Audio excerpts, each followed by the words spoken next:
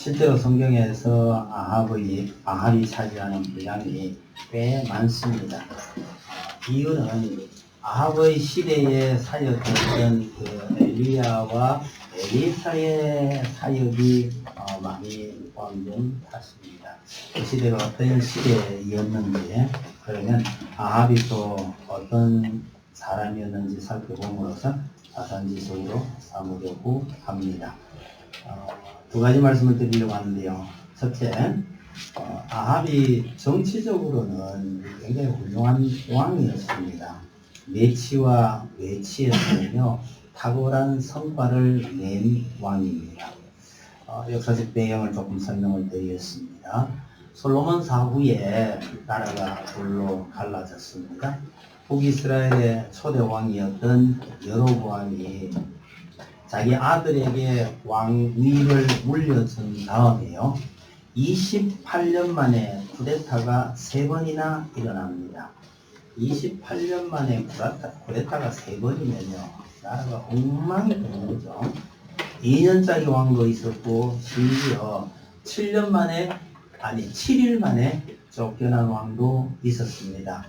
아합의 아버지였던 그 오므리는요, 바사, 시므리, 오므리로 이어지는 이 내란의 시기를 종지부를 찍고 번영의 길로 갈 수 있는 기틀을 마련했던 사람입니다. 그 오므리를 뒤이은 아합의 시대에 북이스라엘은 크게 번창합니다. 또 오므리 왕조는, 그러니까 오므리가 시작하고 아합이 이어받은 이 오므리 왕조는 한 48년간 이어지는데요. 한 왕조가 뭐 겨우 50년이니까 그다지 긴 거는 아니죠. 그러나 북이스라엘의 역사를 살펴보면 253년 동안에요, 쿠데타가 9번이나 일어납니다. 253년에 쿠데타가 9번, 그러니까 왕조가 9개니까 이게 한 왕조당 평균 쳐서 계산을 해보면 48년이라는 것이 비교적 긴 셈이죠. 이곳에 아주 강력했던 나라가 페니키아인데, 이 페니키아와 동맹을 했던 시돈의 공주 이세벨과 아합이 결혼을 합니다. 그것은 이 북이스라엘이 국제적으로 위상이 얼마나 잘 단단했는지를 잘 보여주는 예가 되겠습니다. 그러니까 주변 국가들로부터도 인정을 받고 있었다는 것이죠. 그리고 이 아합의 시대에 60여 년간 그 남북이 서로 반목하고 갈등해 있었는데, 그 남쪽 유다와 동맹을 맺고 평화를 정착시켰습니다. 우리나라 남북 관계를 생각해 보면 한 국가인데 이게 둘로 쪼개져 가지고요, 서로 반목하다가 어느 왕 때에 평화 조약을 맺고 잘 지내자 이런다는 것이 참 쉽지 않잖아요. 그걸 생각해 보면 이 아합이 얼마나 큰 일을 했는지를 알 수가 있죠. 그 결과로 그 아합의 딸을 남쪽 유다에게 시집을 보냅니다. 그 결과는 주일학교 아이들 통해서 제가 말씀을 잘 들었는데요. 남쪽 유다 역사에 다윗 왕조가 아닌, 그것도 여자가 유일하게 들어와서 잠깐이긴 하지만 왕노릇했던 유일한 여자가 바로 이 아합의 딸입니다. 어쨌거나 유다 역사를 통해서 본다면 굉장히 악독한 여자였지만, 아합의 입장에서 본다면요, 자기 딸을 저 남쪽에 유다에 보내가지고 이 남북이 평화롭게 긴 세월을 지냈다는 것은 여전히 아합으로서는요, 굉장한 치적일 수가 있습니다. 외적으로 본다면 아람 왕 베나닷이요, 여러 번 침공을 합니다. 여러 번 침공을 해오지만 거의 대부분 승리합니다. 그리고 아합이 죽을 때에 남긴 기록에 보면 그가 상하 궁과 많은 성을 건축했다라고 말합니다. 그러니까 나라를 튼튼히 방비하는데 굉장한 업적을 남겼고요. 상하궁은 뭔지 잘 모르겠습니다. 어쨌거나 상하로 뭘 지었겠죠. 그 자체가 다른 나라가 굉장히 번성했다는 것을 보여주는 대목입니다. 그가 이런 업적을 남기게 된 것을 자세히 들여다보면 사실은 아합 자신의 능력이라기보다는 자기 아버지 어머니의 덕분이기도 하고요. 또 아합이 대적이라고 여겼던 엘리야의 덕분이기도 합니다. 그래서 아합 자신이 위대했다기보다가 아버지 덕도 보고 그와 함께 동시대에 살았던 엘리야가 많은 은혜를, 하나님의 은혜를 베푸셨기 때문이라는 것을 알 수가 있죠. 실제로 아합은 어린애 같은 짓도 많이 하고요. 베나닥과의 전쟁에서 사로잡았던 왕을 그 왕의 말에 속아서 그냥 살려 보냈다가 자신이 공경에 빠지기도 합니다. 엘리야가 갈멜산에서 대결을 요청했을 때는 850대 1의 대결을 신청을 했거든요. 바알 선지자 450명, 아세라 선지자 400명. 그래서 850대 1로 요청을 했는데 이세벨이 굉장히 약삭빨랐던 것 같아요. 자기 밑에 있는 선지자, 그러니까 아세라 선지자들은 거기에 보내지 않았습니다. 그러니까 바알만, 그러니까 아합만 자기 밑에 있던 선지자 450명을 몽땅 불렀다가 보냈다가 다 죽어버린 거죠. 그러니까 이세벨하고 아합을 비교해보면 이세벨은 약삭빠른 반면에 아합은 확실히 좀 어리숙한 측면이 보입니다. 잘 아는 대로 마지막 전투에 여호사밧과 동맹해서 싸우러 가면서 여호사밧은 왕국을 이번 주에 전투에 참가하고 아합은요, 선지자가 당신은 이번 전투에서 죽을 겁니다. 그러니 꾀를 나름대로 부렸죠. 여기 약삭빠른 거예요. 그래서 왕국을 벗어버리고 병사의 복장으로 몰래 숨어서 전투에 참가했지만 그렇게 꾀를 부렸지만 결국은 교훈을 당하고 말았습니다. 이런 아합에게 하나님께서는 엘리야와 엘리사를 통해서 많은 이적을 보여주셨습니다. 엘리사의 기도를 통해서 하나님의 역사를 직접 체험하죠. 갈멜산에서요. 베나다시 침공했을 때도 사실은 자기 능력으로 물리친 게 아닙니다. 선지자가 찾아와서 예언해 준 대로 하나님께서 그 적군을 다 물리쳐 주셨습니다. 하나님께서 왜 이런 아합에게 이 큰 은혜를 베푸셨을까? 생각해 볼 수 있는 이유는 딱 하나밖에 없어요. 죄가 많은 곳에 은혜가 넘쳤다는 말 외에는 답이 될 만한 말이 없어요. 그만큼 역으로 생각하면요, 그만큼 그 아합의 시대가 하나님으로부터 멀어져 가는 시대. 말을 바꾸면요, 하나님께 보시기에 참 염려스러운 시대였다라는 말이 됩니다. 그런 속사정이 있거나 말거나 얕은 아합의 시대는 정치적으로 안정되고 크게 번영하는 시대였다는 것입니다. 이제 두 번째로 말씀드리고 싶은 것은 종교적인 측면입니다. 종교적으로 본다면 이 아합은요, 일종의 혼합주의자입니다.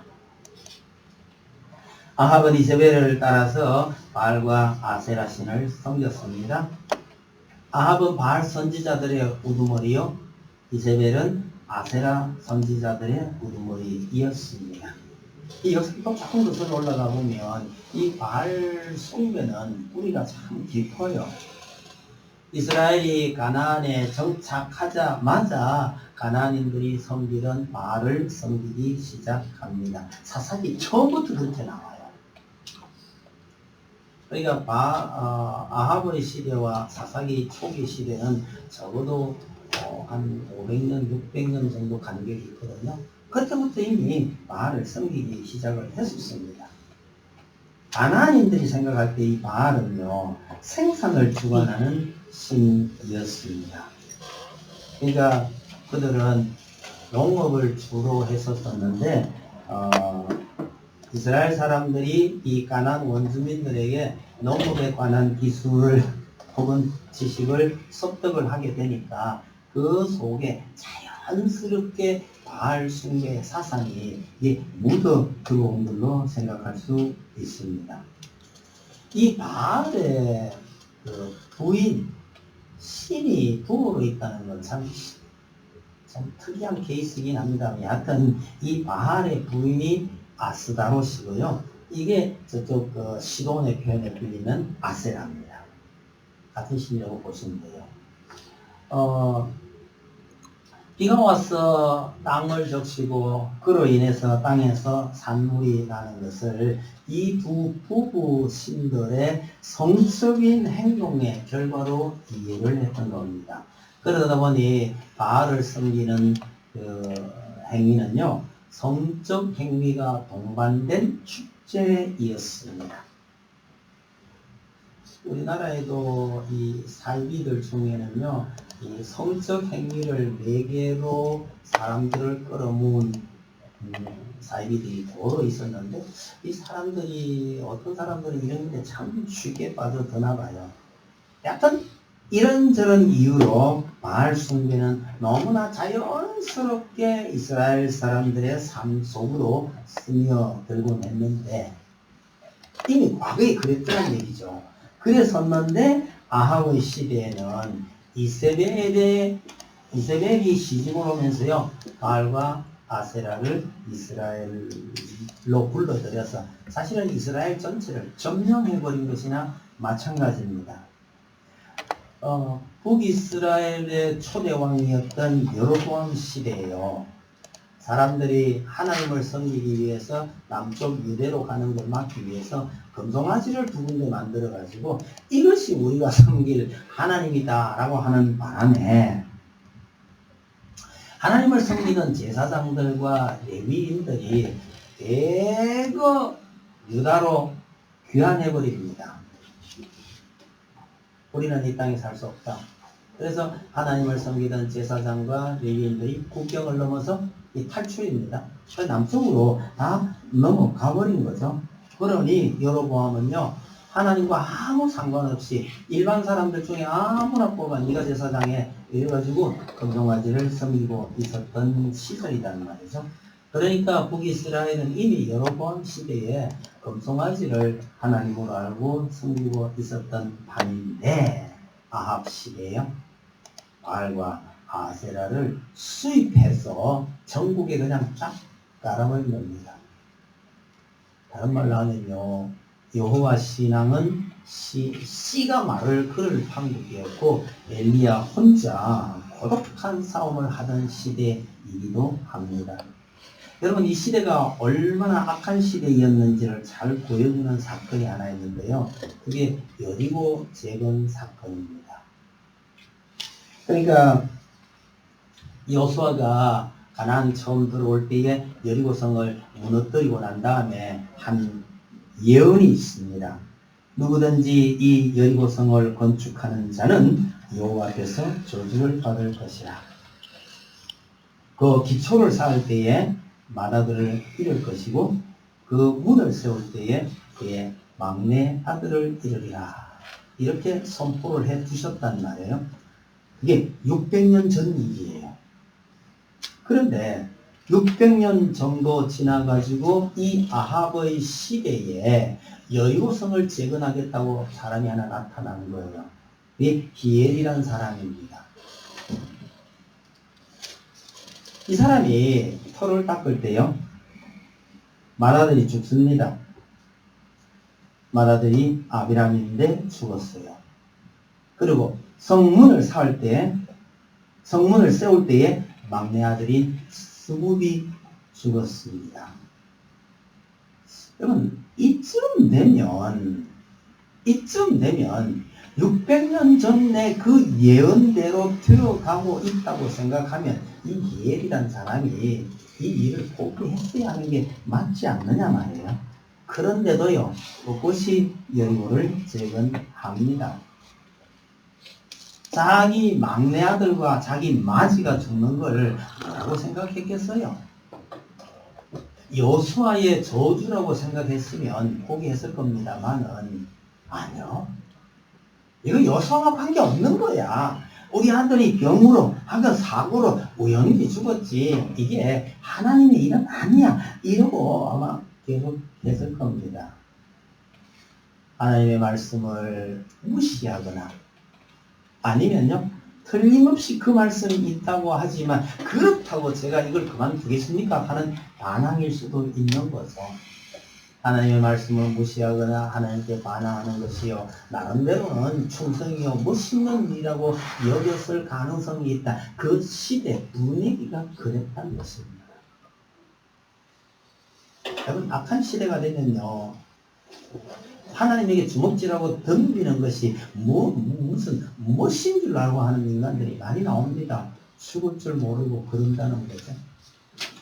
시대가 좋아지니까 요즘은 대통령을 향해서도 그만 말 하는 사람들이 참 많대요. 저는 그런 분들 보시면요, 아이고, 유신 시대에 박정희 대통령이 시퍼렇게 살아있을 때 말 한마디 잘못했다가 걸려간 사람이 얼마나 많았었는데요. 그 시절에는 말도 한마디 못하는 사람들이 시대가 좋아지니까 저렇게 막말을 막 해도 되나 이런 느낌이 좀 들기는 합니다.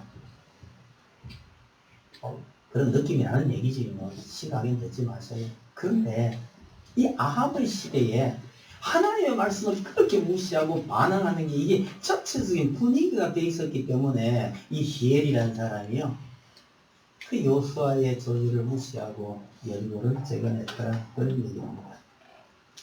그 시대의 특징을 잘 보여주는 사건입니다. 비슷한 얘기가 하나 더 있는데요. 아합 사후의 일이긴 하지만 그 엘리야가 승천하고 난 후에 엘리사가 돌아올 때요. 여러분 그 성경 읽으면서 이게 좀 이해가 안 된다, 좀 이상하다라고 하는 대목이긴 합니다. 아이들이 엘리사를 보고 대머리라고 놀렸다가 곰에게 42명이나 찢겨 죽은 그 사건이 있습니다. 어디 보면 이해가 잘 안 되는 사건이기도 합니다. 여러분, 곰에게 찢겨 죽은 아이가 42명이면요, 안 죽고 도망간 아이는 몇 명이나 될까요? 곰이 달려들어가지고 아이들을 찢어 죽이고 있는데, 그 애들이 가만히 있다가 당한 건 있지는 않습니다. 거기다가 도망간 아이들은 얼마나 될까요? 뭐, 알 수는 없습니다만은 42명보다 훨씬 많을 겁니다. 그러면, 엘리사가 지나가는데, 무슨 아이들이 그렇게 많이 나와서 놀려댑니까? 이게 단순하게 아이들이 어른 놀렸다, 이런 의미가 아닙니다. 놀릴 때 했는 말이 뭔지 아시죠? 대머리야 올라가라, 대머리야 올라가라, 이랬거든요. 대머리가 올라가면 어떻게 올라가요? 그럼 옛날에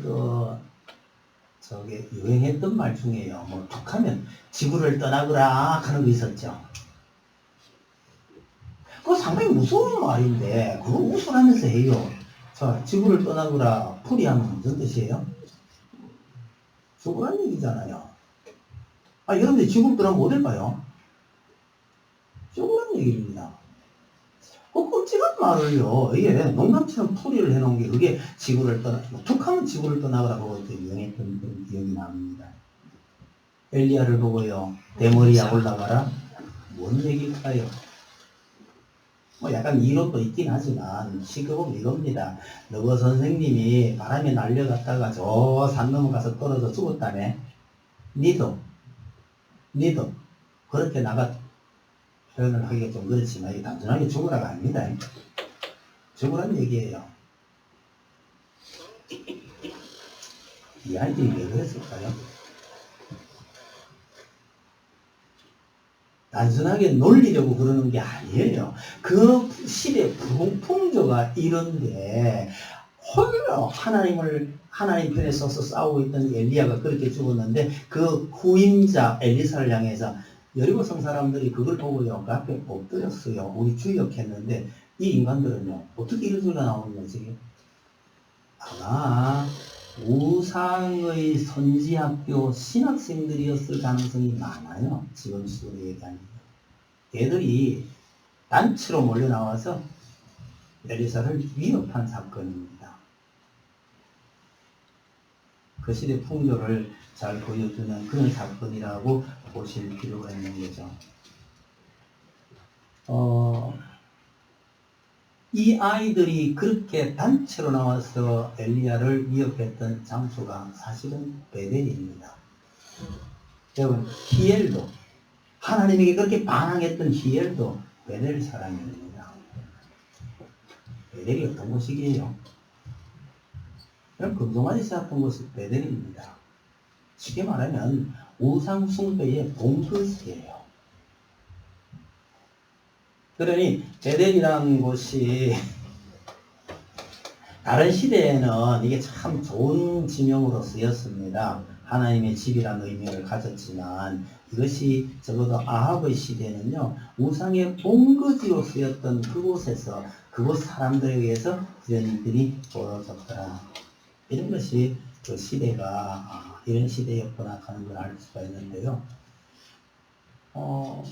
그런 시대에 이 아합이 완전히 하나님을 잊었거나 하나님에게 반항하거나 대들지 않았다는 사실은 그곳에 나타납니다.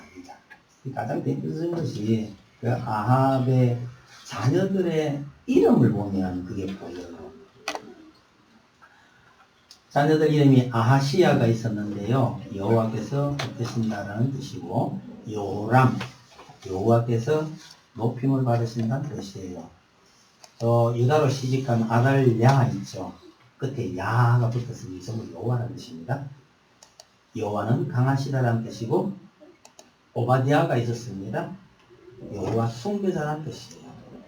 자녀들 이름을 전부 신앙적인 이름을 다 붙여 놓았던 것은 그가 하여튼 그 시절에 아이들 낳고 그럴 때는요, 하나님을 제대로 알고 있었던 사람이라는 것을 보여줍니다. 나봇의 포도원을 함부로 탈취하지 못한 것도 사실은 하나님에 대한 두려움 때문입니다. 나봇이요, 10조의 유업을 왕에게 주는 것은 하나님께서 금하신 일입니다라는 이 말을 듣고, 이거 하나님께서 원하시는 일이 아닙니다, 이 말을 듣고 아합이 포기하고 돌아갑니다. 그런데 갖고 싶어요. 하나님 때문에 강제로 빼앗지 못하겠어요. 그러니 속이 몹시 아팠죠. 이세벨이 그 사실을 알고 아합에게 했던 말이 뭔지 압니까? 당신이 나라를 다스리니까 뭐 이렇게 표현되어 있는데, 우리가 알아듣기 쉽게 표현하면요, 그러고도 당신이 왕입니까? 뭐 이런 이야기입니다. 이세벨이 볼 때 이 아합의 처사는 웃기는 거예요. 그래서 걱정하지 마세요, 제가 해결하겠습니다. 그래서 못된 방식으로 끝내버립니다.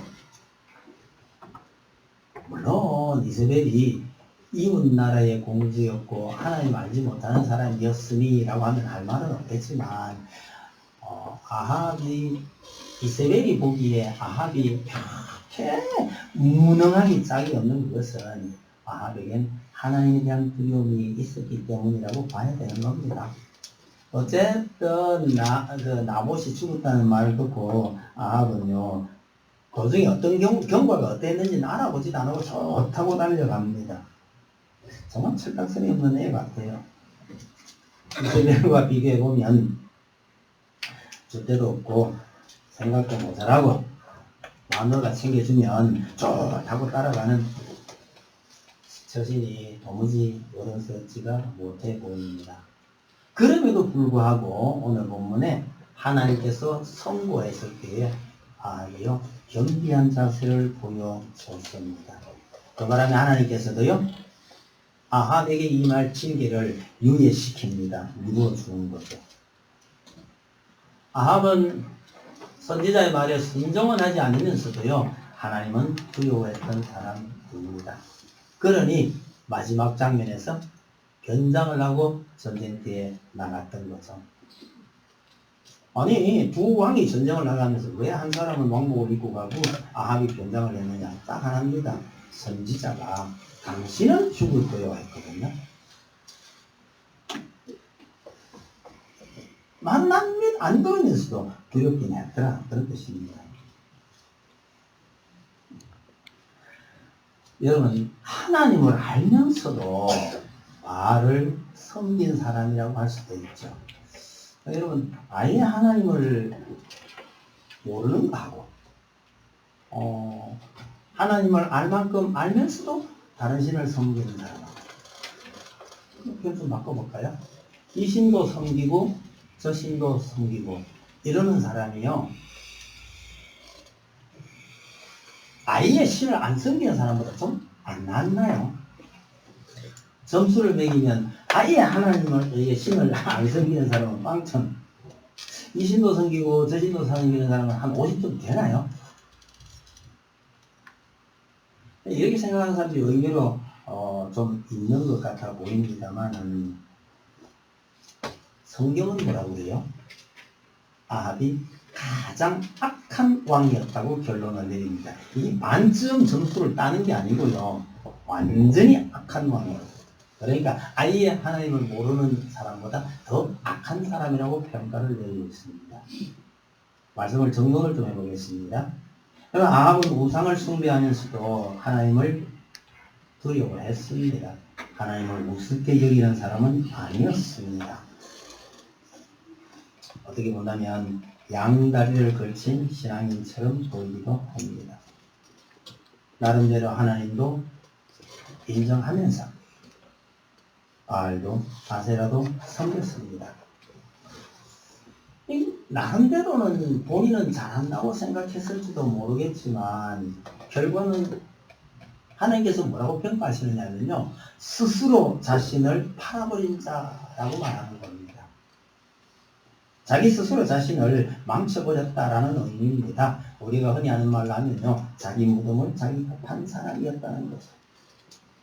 그래서 결국은 이스라엘의 가장 악한 왕의 대명사가 되고 말았습니다. 아예 하나님을 모르는 왕들보다가 더 나쁜 왕이었다는 얘기가 됩니다. 그럼 오늘날 우리 주변에는 하나님도 섬기고 부처도 섬기고 조상신도 섬기는 것이 나름대로 머리를 잘 쓰는 것이라고 생각하는 사람들이 의외로 있습니다. 뭐 이것도 좋고 저것도 좋고 뭐 하나님도 섬기고 이것도 섬기고 뭐 그러는 게 결과적으로 좀 안 낫겠느냐고 생각하는 사람이 있을 수 있는데 결국은요 아합처럼 비참한 결과를 가져온다는 거예요. 마태복음에 가보면요 한 사람이 두 주인을 섬길 수 없나니 하나님과 재물을 겸하여 섬길 수 없느니라고 말합니다. 두 주인, 두 가지 신을 섬길 수는 없다고 말합니다. 여러분 엘리야의 가장 핵심적인 메시지도 사실은 이겁니다. 그 갈멜산에서 850대 1의 대결을 신청하면서 그 바알 선지자들과 대결을 하면서 엘리야가 했던 말씀이 이거잖아요. 너희가 어느 때까지 둘 사이에서 머뭇하려느냐? 여호와가 만일 하나님이면 그를 따르고 바알이 만일 하나님은 그를 따를지. 바알이든지 하나님이든지 얕은 한쪽을 택해라는 거예요. 이스라엘 백성들은요 엘리야의 눈치를 보고 하나님 편에, 아합의 눈치를 보면 아합보다 이스벨의 눈치를 보면 바알과 아세라 쪽으로. 이놈의 백성은 뭐 별 방법은 없지만 그랬던 것 같습니다. 그런데 엘리야가요 하나님이면 하나님을, 바알이면 바알 분명하게 결정을 하라고 그렇게 당부했었습니다. 근데 이스라엘 역사를 보면 참 그게 어려운 모양입니다. 여러분, 우리가 하나님을 섬긴다 하면서 하나님의 자리에 다른 그 어떤 것을 두지 않도록 주의해야 합니다. 여러분, 하나님의 자리를 차고 앉을 수 있는 게 뭐가 있겠냐 한번 생각을 해보세요. 사람마다 좀 다르리라고 생각합니다. 오늘날 사람들에게 있어서 하나님 대신 하나님만큼이나 위력을 발휘하는 것이 돈이 아닐까 그렇게 생각합니다. 한국 사람들은 자녀가 그렇게 될 가능성이 있습니다. 이렇게 어려운 시절에는요, 취업이, 직장 생활이 그렇게 될 수도 있죠. 점수 따는 일, 명예, 이런 것들이요, 하나님 대신에 하나님의 자리에 앉을 수 있다는 것을 기억을 해 주십시다. 제가 이렇게 말한다고 했어요. 이 모든 것들은 다 나쁜 것이다. 이런 것은 절대로 아닙니다. 왜요? 이런 것들을 차지하기 위해서 우리가 열심히 노력을 하다가도 이런 것들이 하나님의 자리에 앉는다 싶으면 스톱시켜야 된다. 그런 뜻입니다. 여러분, 이런 것들은 우리가 열심히 수고하고 노력하고 추구해야 할 것들입니다. 여러분, 돈 나쁜 거라 이러는 분이 있거든요. 아니, 듣지도 마세요. 돈 자체가 나쁜 거 아닙니다. 다 마찬가지예요. 학생이요. 왜 열심히 공부합니까? 점수 달라고 하는 거 아니겠어요? 점수에 신경 안 쓰는 학생이 나쁜 학생인 거예요. 점수 따기 위해서 정말 노력해야 됩니다. 노력해야 돼요. 돈 벌려고요? 열심히 일해야 됩니다. 일 안 하고 먹고 살리는 사람이 나쁜 사람이에요. 근데 중요한 것은요, 그렇게 열심히 수고하고 노력하다가도 어느 순간 포기해야 될 순간이 딱 오면 포기할 수도 있어야 하는 것입니다. 여러분들의 지난날 삶을 쭉 돌아보면서 참 내게는 너무너무 소중한 거였는데 하나님 때문에 그렇게 수고하다가 중지하든지 포기하든지 그랬던 것이 무엇이 있나 한번 생각을 해보세요. 만약에 그런 것이 있다면요, 분명히 하나님께서 다른 복으로 채워주셨을 것이라고 믿습니다. 그게 없으면요, 우리 그리스도인으로 산다는 게 너무너무 재미없어요. 저는 하나님보다 더 좋아하는 거 없기를 바랍니다. 하나님보다 더 좋은 게 있을 수 있나요? 서로 있습니다. 어떤 목사님이 요일도 모르고요, 토요일 저녁에 낚시를 갔던 모양이죠. 낚시 좋아하시는 분 아시죠? 낚시는 저녁에 하는 게 아니에요. 언제 하는 거죠? 낚시는 원래 새벽에 하는 겁니다. 토요일 저녁에 갔다는 거는요, 목표는 그 다음날 새벽이죠. 낚싯대 들이고 열심히 앉아있는데 전화가 왔더랍니다. 목사님 4시간 안 오세요? 4시간 다 됐는데요. 이런 거. 여성분이 잘못 옛날에 바둑에 미치면 또 바둑이 그랬거든요. 백길병원 같은 들어보요. 어떤 목사가 골프를 되게 좋아했대요. 근데요, 주일날 오후에도 그냥 골프 치러 가고 이러니까 하나님께 천사들하고 의논을 했대요. 제가 혼을 좀 냈고, 그래서 하나님께서 그냥 들마 오늘 허리는 한번 시켜줘. 그리고 허리는 뭔지 아세요? 제가 어디 가서 봤는데 옛날 연습장에 갔더니요, 플래카드이 많게 붙었어요. 허리는 축하합니다. 그리고 같이 쳤던 사람들 이름 다 나오고, 그 다음에 어느 골프장 몇 번 홀 이것도 다 나오고요. 거기 오는 사람들한테 떡 다 불리고요. 큰 잔치 열더라고요. 나중에 봤더니요, 홀인원 보험이 있더라고요. 홀인원 했을 때에 사용해야 되는 경비를 지급하는 보험이 다 있더라고요. 그냥 이게 약간 공치는 사람들한테 이게 대단한 거구나 하는 느낌이 들긴 들어요. 그런데 목사가 주일날 홀인원을 했으니 자, 이거 광고할 때가 어디 있어요?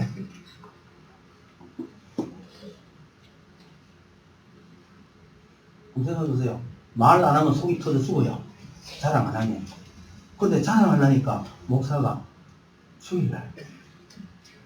그래서 오리난 한번 시켜도 속 터져 죽을 거야 아마. 그런 목소리에 랍니다 이게. 목사만 그런 게 아니고요. 낚시나 바둑이나 뭔가 한번 빠져들면요. 주일인지 예배 시간인지도 모르고 갈 수도 있다는 얘기죠. 전 제일 재밌었던 것 중에 하나가 어느 월드컵인지 모르겠다. 야간 수영 오후에 결승전이 있었잖아요. 결승전인가 뭐 우리나라 얕은 뭐였던 게 주일 오후였던 걸로 기억이 납니다. 전국에 아마 예배 시간 변경하는 교회가 많았을걸요. 촛불 시합 때문에 예배 시간을 변경한다?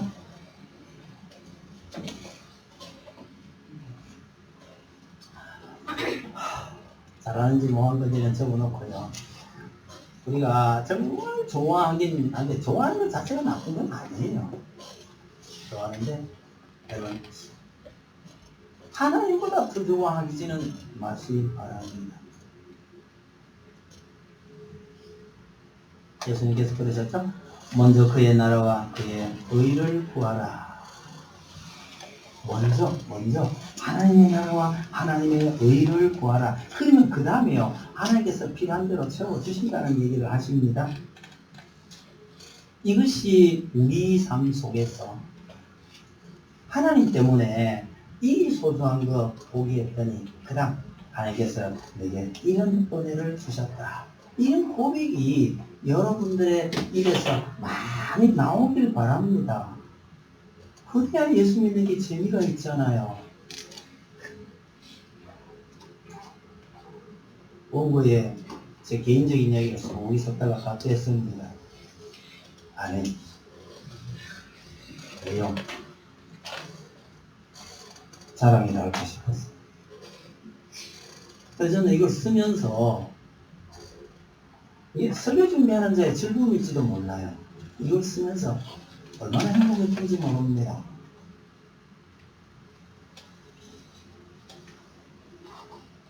그때 이런 일 때문에 이렇게 되고 이런 일 때문에 이렇게 되고 아니 예수님은 이런 질문이 있어야 될 거 아니겠어요?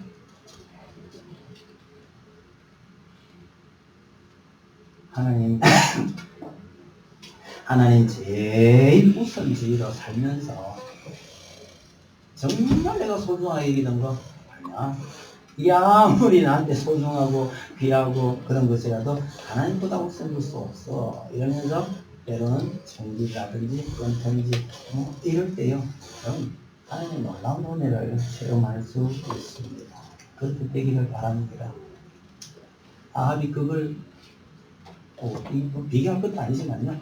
아합이 하나님도 바알도 이러다가요. 자기 무덤을 스스로 팠다. 그렇게 성경이 말하고 있다는 거 이렇게 보십시오. 하나님의 은혜 가운데 그하시는 여러분들이 다 되시기를 바랍니다. 찬송됩시다.